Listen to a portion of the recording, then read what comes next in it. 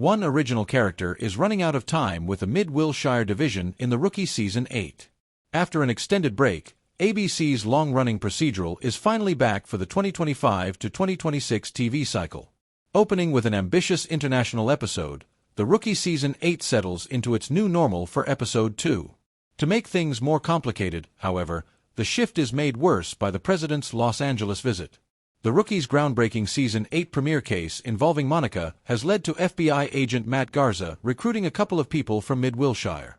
Originally, he asked Nyla Harper to be the Bureau's liaison, as they continue to delve into the case. While the offer seemed lucrative, she had to turn it down. That was when Garza asked Wade Gray for the role.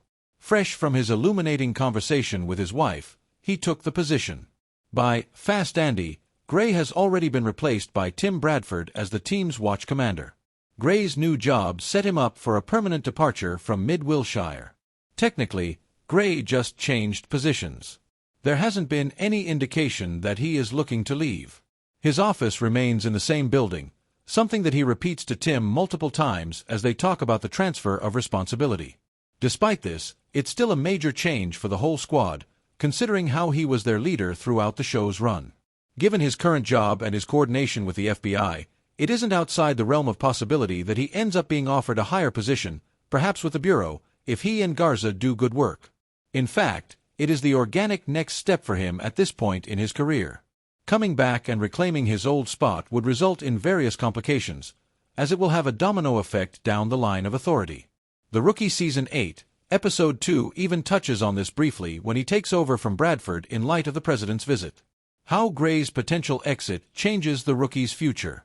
Easing the Rookie into an era without Gray is an interesting creative decision.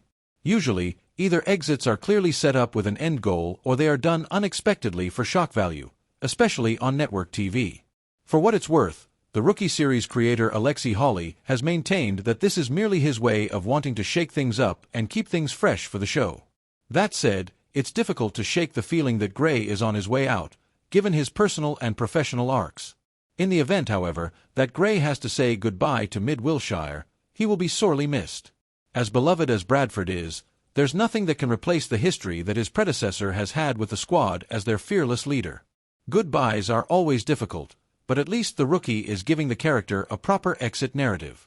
For now, while Gray's prominence will likely be toned down as he works with the FBI, expect that he will continue to be a presence in the show. What happens when a show moves so fast that it leaves its best hearts behind? Right now, the Rookie is at a crossroads. We've seen the explosions, the high-stakes cartels, and the cinematic shootouts. But while the spectacle grows, a ticking clock has started on the show's most grounded element. One specific, underrated character is officially running out of time to get the ending, or the beginning, they deserve. If the writers don't act now, we might lose the very soul that made us fall in love with Mid-Wilshire in the first place. Today, we're doing a deep dive into why time is the greatest enemy for our favorite underrated original character, and what it means for the future of the Rookie Season 6 and beyond. To understand why time is running out, we first have to look at how much the show has changed. When The Rookie first premiered, it was a character study. It was about John Nolan being a fish out of water. But as the seasons progressed, the show shifted. It's no longer just about training, it's about a specialized task force vibe. Inside this shift, character development has become a luxury. We spend so much time on the villain of the week that our secondary characters, the ones who provide the emotional tether, are being pushed to the sidelines. This is especially true for characters who aren't boots-on-the-ground police officers but are integral to the original feel of the series. The pacing has reached a point where if a character isn't involved in a shootout, they barely get 5 minutes of screen time. This brings us to our main subject, a character who has been there, silently building a legacy, but is now facing a narrative dead end. Let's talk about the character in question.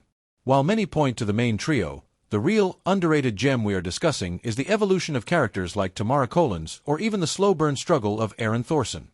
However, the most pressing running-out-of-time scenario involves the bridge between the civilian world and the police world. Underrated TV characters often suffer from the background syndrome. They are used to trigger emotions in the leads, but their own arcs are left hanging.